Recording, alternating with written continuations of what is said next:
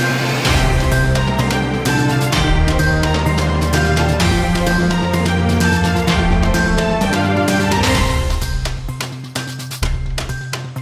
సత్యసాయి జిల్లా నల్లచెరువు మండల కేంద్రంలోని ప్రాథమిక ఆరోగ్య కేంద్రాన్ని జిల్లా వైద్యాధికారి ఫైరోజా బేగం శనివారం ఆకస్మిక తనిఖీ చేశారు.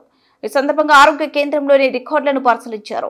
అనంతరం ఆమె మాట్లాడుతూ ఒక పత్రికలో వచ్చిన కథనంకు స్పందించి ఆరోగ్య కేంద్రాన్ని తనిఖీ చేసి రికార్డులను పరిశీలించడం జరిగిందన్నారు.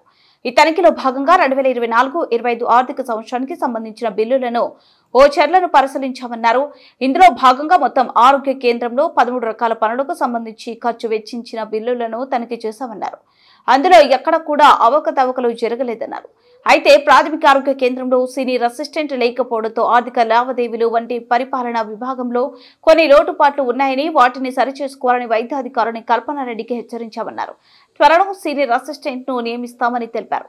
కార్యక్రమంలో deputy DMHO Nagendra, superintendent Firoz, AO Madhu, doctor Kalpana, doctor Alikhya, CHO Ramachandra Reddy తదితర వైద్య సిబ్బంది పాల్గొన్నారు.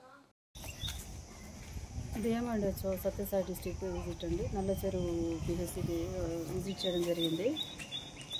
ఈరోజు రొటీన్ విజిట్ ప్లస్ పేపర్లో కొద్దిగా అడ్వర్స్గా రావడం కూడా ఏదో గుజరీకి సామాన్ వేసేసారు, బిల్లు అమౌంట్ కట్టలేదని, హెచ్డిఎస్ అమౌంట్ మిస్అప్రాపరేట్ అయిందని, ఎన్టీఆర్ వైద్య సేవ కింద ఒక డెలివరీకి వచ్చే అమౌంట్ కూడా మిస్అప్రాపరేట్ అయింది అన్నట్టు.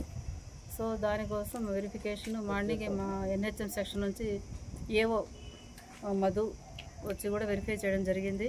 హెచ్డిఎస్ అమౌంట్ అయితే ఎక్కడ కూడా మిస్అప్రాపరేట్ కాలేదు, బిల్స్ అవన్నీ సక్రమంగా ఉన్నాయి. అలాగే డెలివరీ కేసు వచ్చిన అమౌంట్ కూడా తను డ్రా చేయడం జరిగింది, స్టాఫ్ కూడా డిస్ట్రిబ్యూట్ చేయడం కూడా జరిగింది. ఆ రిజిస్టర్ కూడా తను మెయింటైన్ చేస్తుంది.